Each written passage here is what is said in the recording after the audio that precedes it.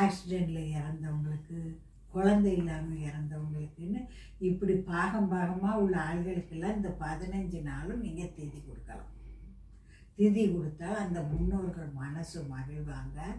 நம்ம வீட்டில் கஷ்டங்கிறதே இருக்காது.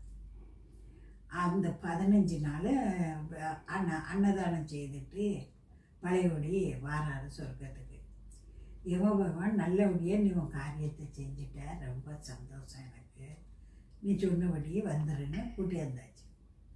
அப்போ இவர் கர்ணன் கேட்கார் ஒரு வார்த்தை, நான் இந்த பூலோகத்துக்கு போன இந்த 15 நாளையும் முன்னோர்களுக்கு உள்ள திதி பீரியடாக நீங்கள் ஆக்கிடுங்க.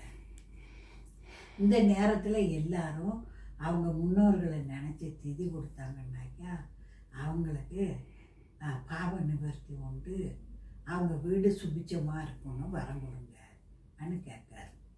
அதனால தான் பாருங்கள், இந்த அமாவாசை வர்றதுக்கு 15 நாளும் 15 இந்த மாதிரி ஆள்களுக்கெல்லாம் நீங்கள் திதி கொடுக்கணும். ராமேஸ்வரம் போய் திதி கொடுக்காத கடனை நீங்கள் அடைக்கலாம். நிறைய காலம் நம்ம கொடுக்காமல் இருந்திருப்போம், அதையெல்லாம் நீங்கள் இந்த நேரத்தில் அடைச்சிங்கன்னா முன்னோர்கள் ரொம்ப சந்தோஷப்படுவாங்க. அதனால கர்ணன் தன்னுடைய செயலால் இறந்தவர்களுக்கும் ஒரு நல்லதை செய்து வச்சுருக்காரு. அதனால தான் புரட்டாசி மாதம் அமாவாசை மகாலய அமாவாசைன்னு மக்களால் கொண்டாடப்பட்டு எல்லாரும் சிரார்த்தம்னு செய்கிறாங்க. அதுவும் நீங்கள் நீர்நிலைகள் இருக்க இடத்துல ஒரு வேதம் தெரிஞ்ச ஒரு ஐயரை வச்சு நீங்கள் செய்யும்போது அதனுடைய பலன் ஜாஸ்தி. இப்போ உங்களுக்கு புரிஞ்சிருக்கும் மகாலய அமாவாசைனா என்னன்னு. புரட்டாசி மாதம் வர்ற அமாவாசை, ஆடி மாதம் வர்ற அமாவாசை, தை மாதம் வர்ற அமாவாசை, இந்த 3 அமாவாசையிலையும் நீங்கள் இதுவரை செய்யாத கடனை, பிதுர் கடனை தீர்க்கக்கூடிய மாதங்கள்.